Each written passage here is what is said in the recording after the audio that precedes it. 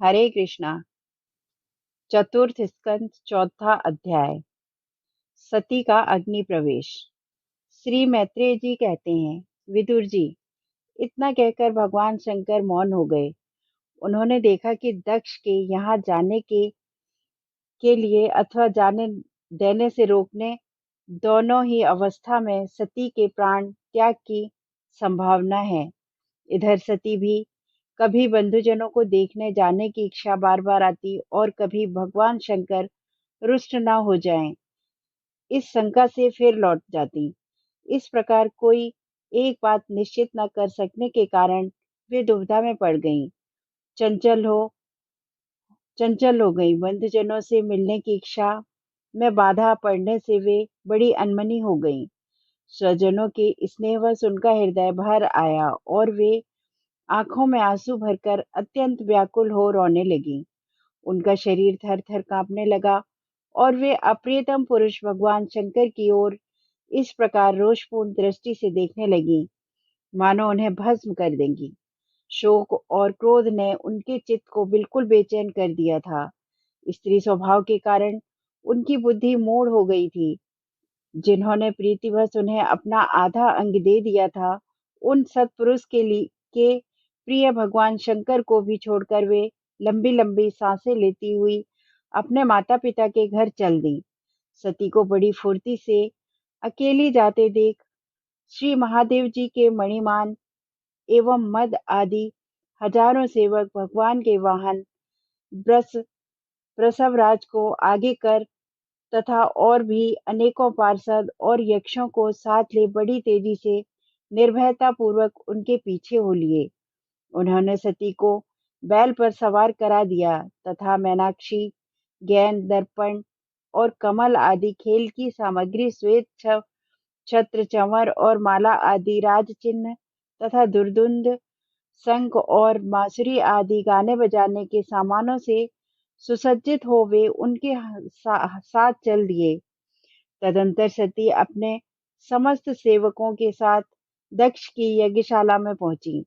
वहां वेद ध्वनि करते हुए ब्राह्मणों में परस्पर होड़ लगी हुई थी कि सबसे ऊंचे स्वर में कौन बोले।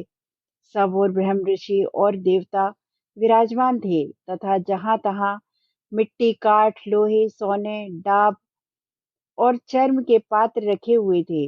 वहां पहुंचने पर पिता के द्वारा सती की अवहेलना हुई, यह देख यज्ञकर्ता दक्ष के भय से सती माता और बहनों के सिवा किसी भी मनुष्य ने उनका कुछ भी आदर सत्कार नहीं किया।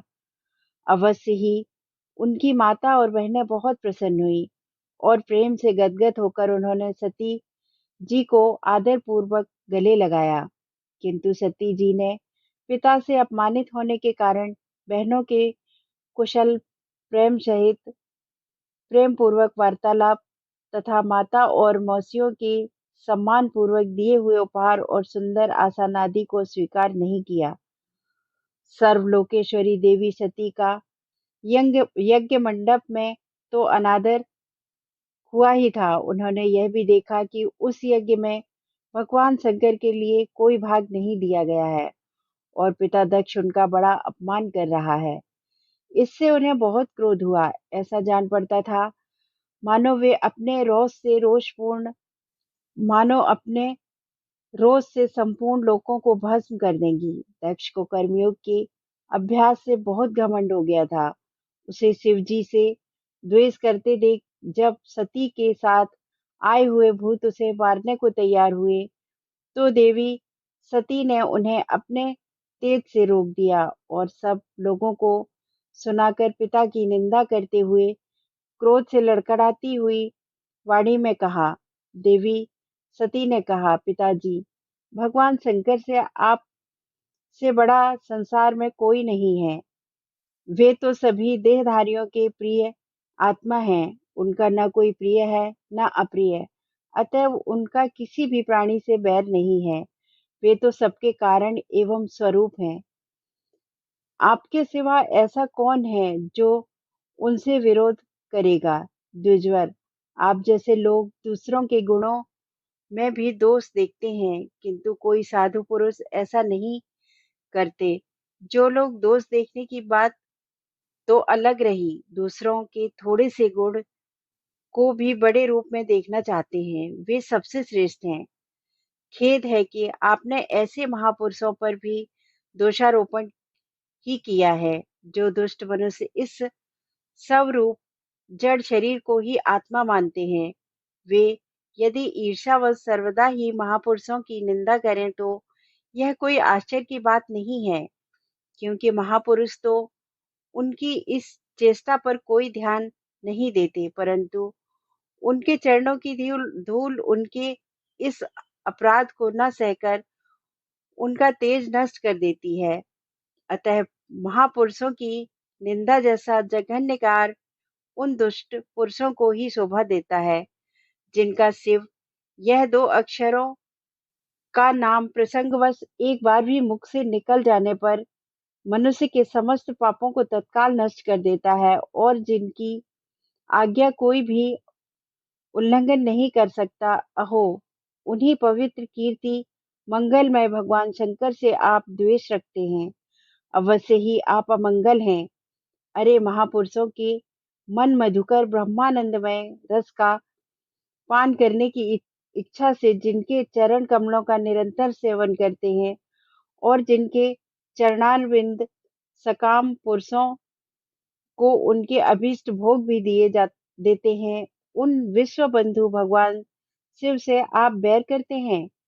वे केवल नाम मात्र के शिव हैं। उनका वेश अशिव रूप अमंगल रूप है। इस बात को आपके सिवा दूसरा कोई देवता संभवतः नहीं जानते, क्योंकि जो भगवान शिव शमशान भूमि स्थित नरमुंडों की माला, चिता की भस्म और हड्डियां पहने जटा बिखरे भूत पिशाचों के साथ शमशान निवास करते हैं, उन्हीं के चरणों पर गिरे हुए निर्माल्य को ब्रह्मा आदि देवता अपने सिर पर धारण करते हैं।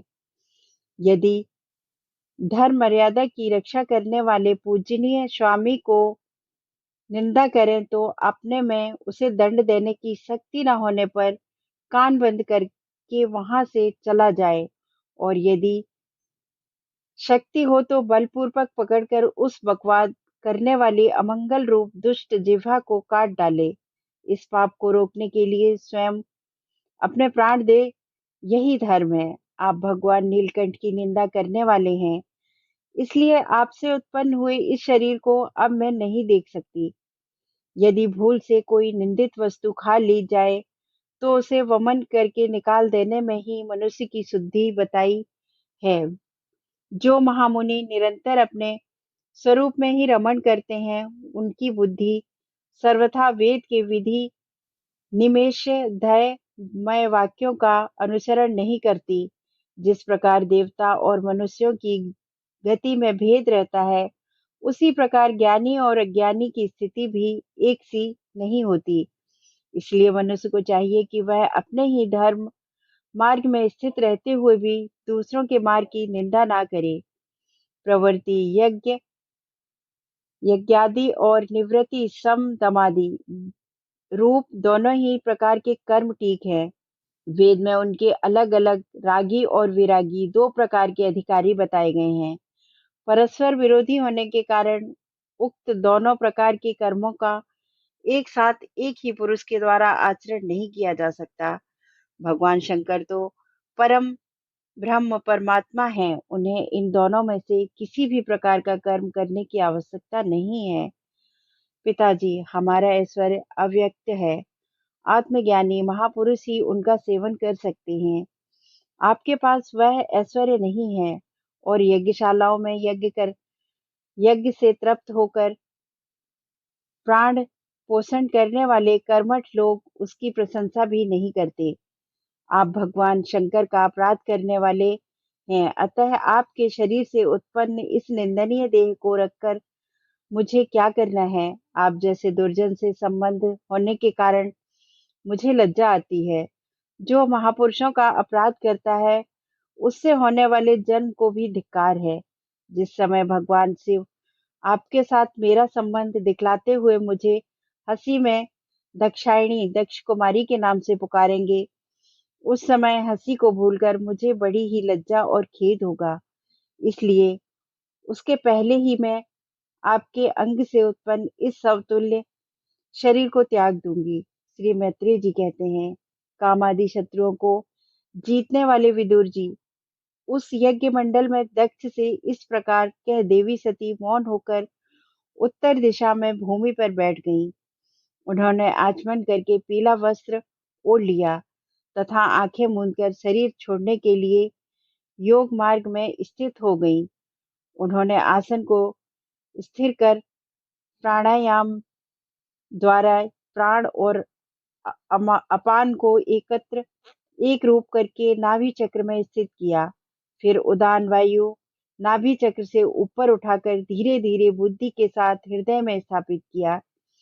इसके पश्चात आनंदिता सती उस हृदय स्थित वायु को कर्म मार्ग से भ्रकुटियों के बीच में ले गईं। इस प्रकार जिस शरीर को महापुरुषों के भी पूजनीय भगवान शंकर ने कई बार बड़े आदर से अपनी गोद में बिठाया था, दक्ष पर कुपित होकर उसे त्यागने की इच्छा से महास्वामिनी सती ने अपने संपूर्ण अंगों में वायु और अग्नि को धारण किया। अपने पति जगत गुरु भगवान शंकर के चरण कमल मकार मकारंद का चिंतन करते करते सती ने और सब ध्यान भुला दिए। उन्हें उन चरणों के अतिरिक्त कुछ भी दिखाई न दिया। इससे वे सर्वथा निर्दोष अर्थात मैं दक्ष कन्या हूँ ऐसे अभिमान से भी मुक्त हो गईं और उनका शरीर तुरंत ही योगाग्नि से जल उठा। उस समय वहां आए हुए देवता आदि ने जब सती का देह त्याग रूप यह महान आश्चर्य चरित्र देखा, तब वे सभी हाहाकार करने लगे और भयंकर कोलाहल आकाश में एवं पृथ्वी तल पर सभी जगह फैल गया। सब ओर वही सुनाई देता था, हाय दक्ष के दुर्व्यवहार से कुपित होकर देवाधिदेव महादेव की प्रिया सती ने प्राण त्याग दिए। देखो, सारे चराचर जीव इस दक्ष प्रजापति की ही संतान है, फिर भी इसने कैसी भारी धृष्टता की है। इसकी पुत्री शुद्ध हृदय सती सदा ही मान सम्मान पाने के योग्य थी, किंतु इसने उसका ऐसा निरादर किया कि उसने प्राण त्याग दिए। वास्तव में यह बड़ा ही अहिष्णु और ब्राह्मण द्रोही है। अब इसकी संसार में बड़ी अपकीर्ति होगी।